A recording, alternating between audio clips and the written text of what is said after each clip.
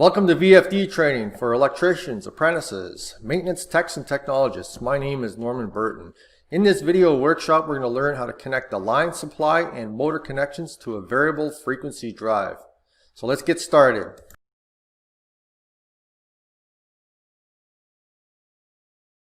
We are going to be working with a Schneider Electric ATV12 drive.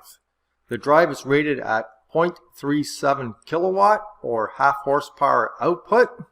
The input voltage is 120 volts single phase, and the output voltage is 0 to 240 volt.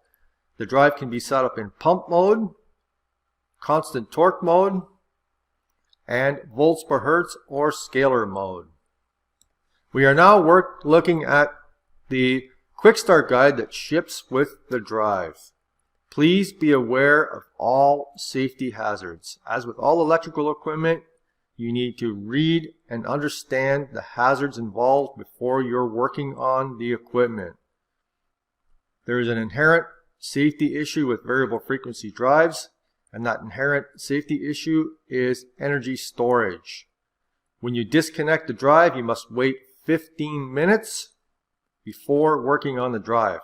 This wait time allows the DC bus capacitors to discharge fully and be at a safe voltage level before you start taking the drive apart. Okay, so please be careful. Lockout, tag out, and all safety procedures must be observed. Okay, we're going to have a look at the wiring in the quick start guide.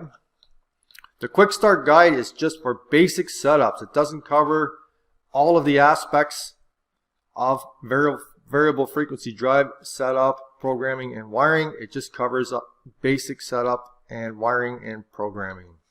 So the number one thing that they talk about in the quick start guide, so check delivery of the drive, make sure it is the correct drive that you ordered, make sure it's in good mechanical health, it hasn't been damaged, the heatsink hasn't been damaged, or any of the covers have been damaged. Check the line voltage compatibility, ensure that the line voltage in your building or in your panel, whatever it is you're working on, matches the line voltage on the drive. Okay, mount the drive vertically. The reason that we need to make sure that the drive is mounted vertically is that we need airflow through the heat sinks to keep the drive cool or within its operating temperature. Connect the power. So that's what we're going to do today. Connect the power to the drive. Wire the ground. Check the circuit breaker rating or fuse rating. We're going to get into that in a second. Check the motor voltage is compatible with the drive voltage. Wire the drive to the line supply. We're going to do all of that. Now you're going to notice that there's 3 different connections shown in this quick start guide. Now what they're showing is the connection for single phase 100 to 120 volt, single phase 200 to 240 volt, and 3 phase 200 to 240 volt. Now I'm going to zoom in here. Got to be careful, it's going to move on us. And what you're going to notice is the markings. The drive on the line supply is marked for both NEMA and IEC applications. If you look at the 3-phase power connections, you're going to notice that it's marked RST and L1, L2, L3. That is, again, as I mentioned, our NEMA and IEC markings. So if we look at the motor connections, you'll notice the same thing. The motor is marked UVW or U1V1W1, and it's also marked T1, T2, T3. So T1, T2, T3. Most electricians in North America are familiar with that. That's your 3 lead connections for your NEMA motor. Now over on the left where my mouse is, you're going to notice that there's 2 connections there, PA and PC. PA plus, PC negative. That's a DC bus connection. We will not be connecting to that. I will explain that during the wiring. So now let's have a look at fuse and circuit breaker ratings. That information is also shipped with the unit. and it is available at the Schneider Electric website. We're going to go to the Quick Start Guide supplement, and we have our ratings, recommended fuse ratings for UL and CSA requirements. So if we look at our drive, we have 120 volt, 0.37 kilowatt, half horsepower. I'm going to highlight that row. I'll highlight the whole row for 120 volt. And you'll notice that it lists all the fuse and circuit breaker requirements. Our unit is listed at a 20 amp circuit breaker. That would be for full load current. So it's 20 amp max. So if we run on a 15 amp and we're not fully loaded, we would be okay. If you were to use fuses, you would use a Faraz HSJ 25 amp. HSJ is a high speed fuse, so it's a high speed J type fuse. And the unit has a 1000 amp short circuit rating with that 25 amp fuse. Okay, so all of this information is shipped with the drive. It also covers the covers 3-phase units. So it has all your rating for your 240 volt 3-phase. There's no second guessing. Alright, so let's get started with the wiring.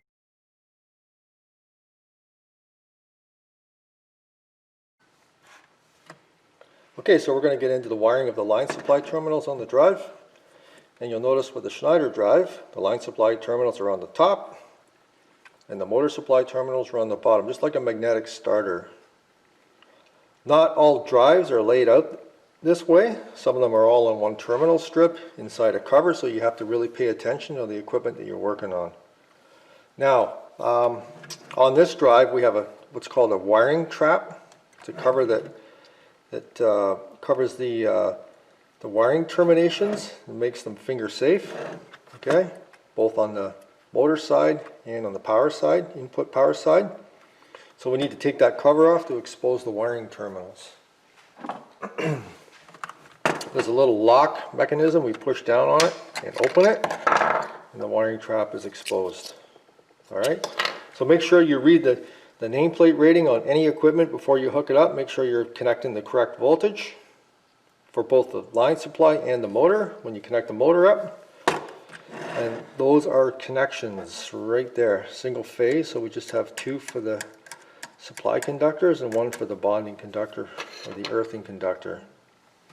Now, in the quick start guide, it didn't talk about the types of wiring methods that we can use, but if you read the user manual, which is a much more extensive manual than the user guide, it discusses whether or not we use straight conductors or ring terminals. So we do have options for making these terminations.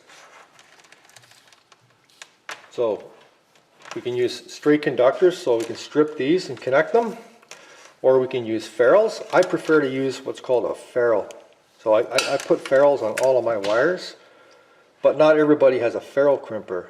Some of the plants I work in, they only allow you to make terminations if you have a ferrule on your wire. A ferrule, if I bend the wire, you'll notice that you do not see any copper exposed. If it's crimped properly, that's how you want to see it. You do not want to see any copper exposed behind that cover, that little insulating cover. Okay, so we'll just use the straight conductor method for this. Also, in the user manual, it talks about using ring terminals. So you can use ring terminals. The only issue with ring terminals is the insulating sleeve can be a problem when you're trying to get this wiring trap back on, because they take up a lot of room. So you may have to use a non-insulated ring terminal, which are readily available, as long as it's covered, which it probably would be in this case. It'll be inside that cover and you wouldn't see any metal exposed. Okay, so just be aware of that. So ring terminals, straight conductors, and ferrules. You have 3 methods, but we'll just use the method that requires the least amount of tools and equipment. But just make sure if you're using ring terminals or ferrules, make sure they're rated properly. The voltage rating is appropriate for the application, and there's CUL or CSA listed for the region you're working in. So these are good for North America, probably all over the world, but we know we can use them here for sure. All right, so I'm going to strip these wires and connect them. A couple options on strippers. Obviously, a lot of electrical apprentices and electricians and techs, we have these wire strippers. I do a lot of multi-conductor cables, so I like to use an auto stripper. I have a couple of different types of these. These are a Phoenix contact unit, and you can use them over and over, and then if you wear out this mechanism, you can buy a new cartridge for it and change it. Now the reason I use these is that strip length is adjustable. So if I adjust the strip length, this little stop right here, I can set it up. I have it set up for about 1/4 inch, so it's about 6 millimeter. So I just put the wire in, pop it, and off comes my insulation. And every one of these conductors will have the exact same strip length. I can also set the tension so that I don't peel any of the strands of the wire off of the conductors. Now typically I wouldn't go any more than 10 gauge or 8 gauge stranded wire with these. So they're for, you know, smaller wire, but when you're doing lots of stripping, they're very handy. Okay, sorry, I'm shaking that up and down. Okay, so let's put these under the clamps and tighten them up. Start with the bond wire. I'm going to get a little bit more light on here. Let's start with that bond.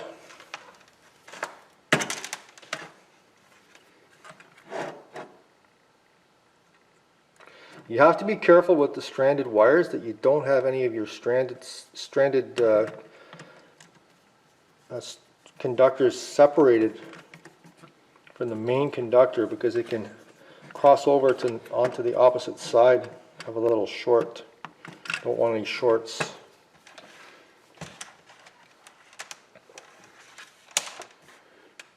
Put the white on.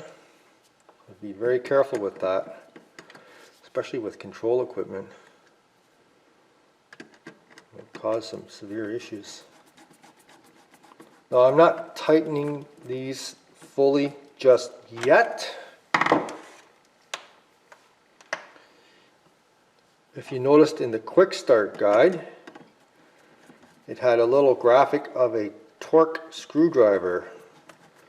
You could use a torque wrench with an adapter, and we set it to around, I believe it's 10 inch-pounds. I set mine to Newton meters because that's how it's set up. So this is my torque screwdriver. If I do a lot of drives and a lot of equipment where you're doing multiple installations, and I like to maintain continuity with my torque, so I'm just going to go ahead and torque this. And again, this information is in the quick start guide or the user manual. That one's good.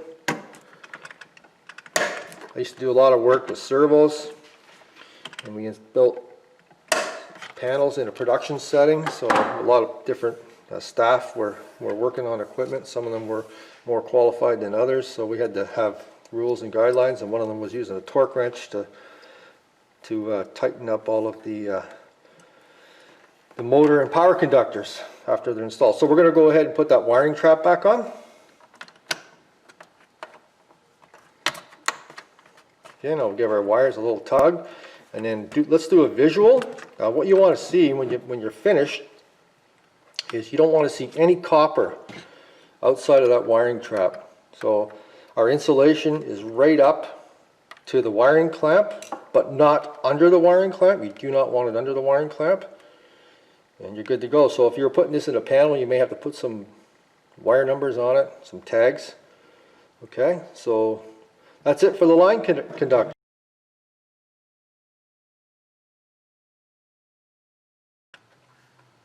Okay, so now we're going to hook up the motor connections.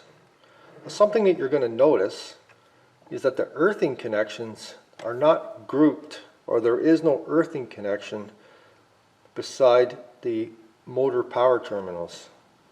They're outside of the wiring trap, and there's more of them. You notice that there's 3 clamps that we can use, and the reason for that is you may have to group more than one drive together, and you can daisy chain the bond wire for them. Also, if you have a shield with your cable and you have a main bond for your motor, you can have 2 separate connections for that. That's how that works. Now, we are going to require a second connection because we are using a shielded cable. So I'm just going to put this little piece of wood under here to support it. I'm going to take this wiring trap off, push that lock down, and expose the motor connection terminals. Now, I have a cable here, and this cable is connected to a IEC motor. You may be using an IEC motor or a NEMA motor. I have both motors on my bench. I just happen to have this one wired up. Make sure that you connect the motor correctly.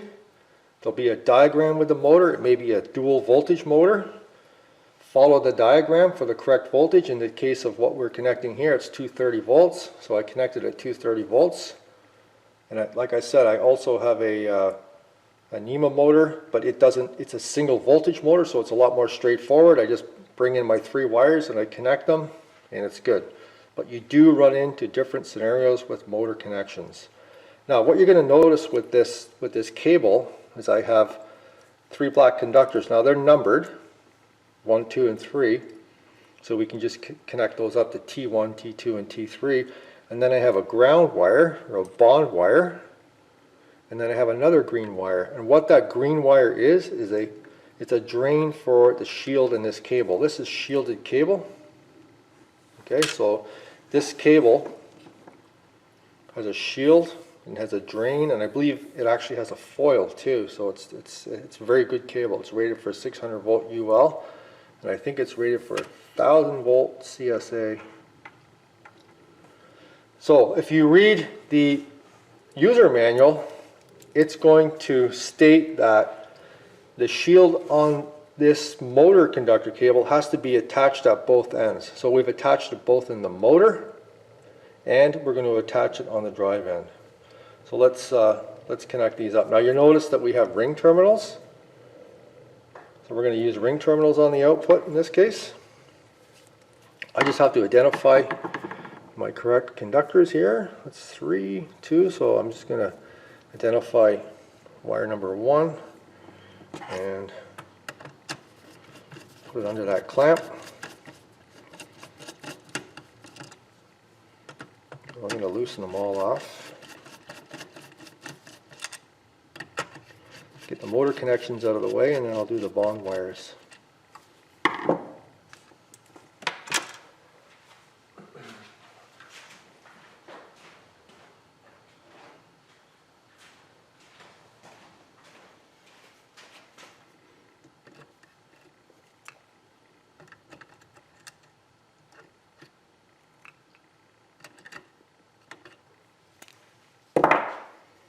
Okay.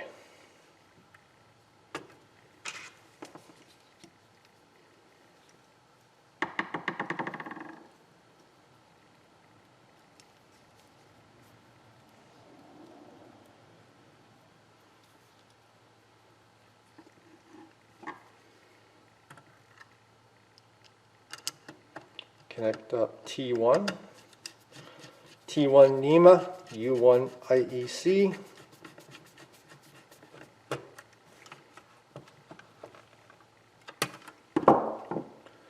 Connect T2,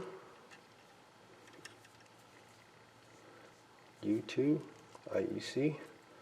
Again, IEC is International Electrotechnical Commission. It's a governing body for all electrical equipment in Europe, but it's used a lot in the African continent rather, and in Asia.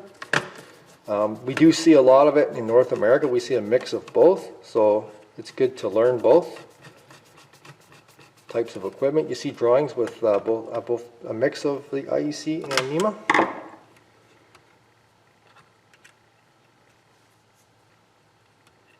And our last wire, the power. for the motor. Down she goes. I think in the case of this, it actually would be easier if it was mounted vertically in a panel.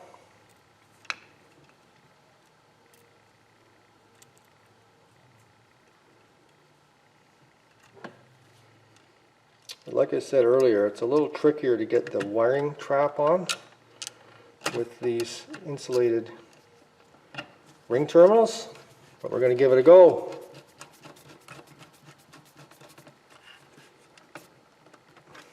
It's always good to use a variety of methods when you're learning how to do this stuff. Spread them out a little bit.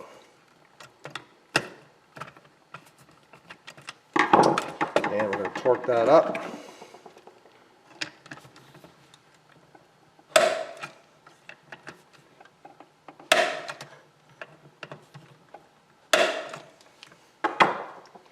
And put the wiring trap back on.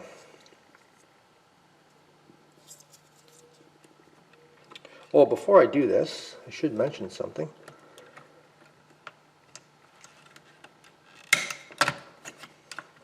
Okay, so that's going to fit okay. Now,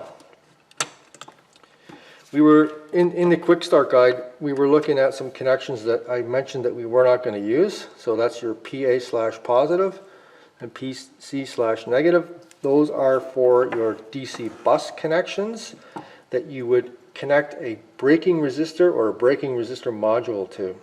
Okay, the energy that you receive back from a load that is overhauling, so a load that is driving the motor. So you're trying to control the speed, but maybe you're lowering a load, or it's a conveyor on an incline, and the aggregate or the load on the conveyor is pulling the motor. You will get what's called regenerative energy from the motor, and we store that on the DC bus, and that's those connections. So we do not use those.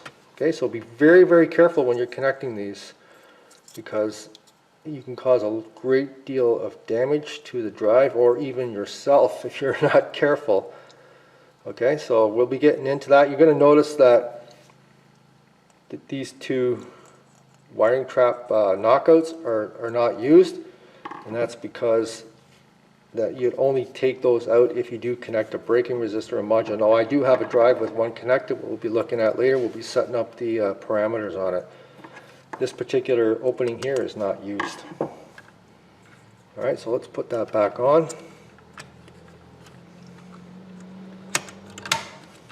That fits okay. Now you're going to notice that the insulation on the connectors, on the ring terminal connectors, is exposed through that wiring trap.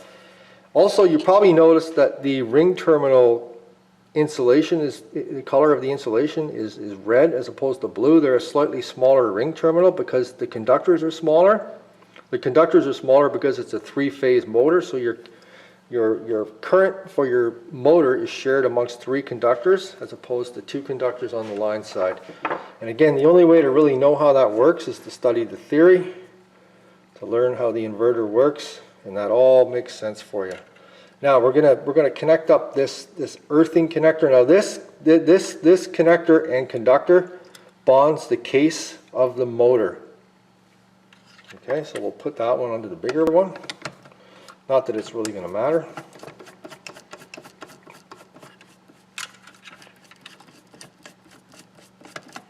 Better check to make sure that that will fit through that ring terminal. Oh yes, we're good.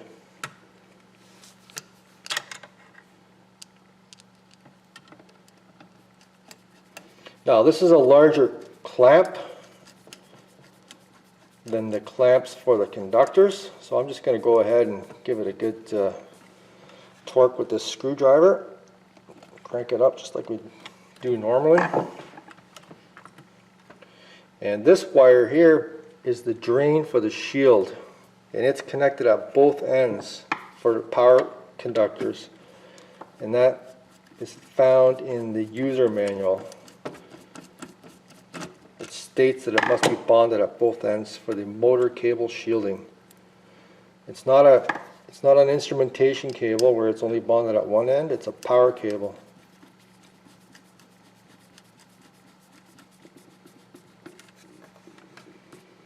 Now, you can buy an accessory plate that bolts on here that would actually clamp the shield on the cable and drain it at the same time, so you wouldn't have to pull that drain out. But these cables have an internal drain that you can use for that purpose. So we're good to go. So that's it connected up. I'm going to fire this up in a couple of minutes, and then we'll move on from there and set up some parameters. But we're done the line wiring and the power wiring for the motor. We're good to go.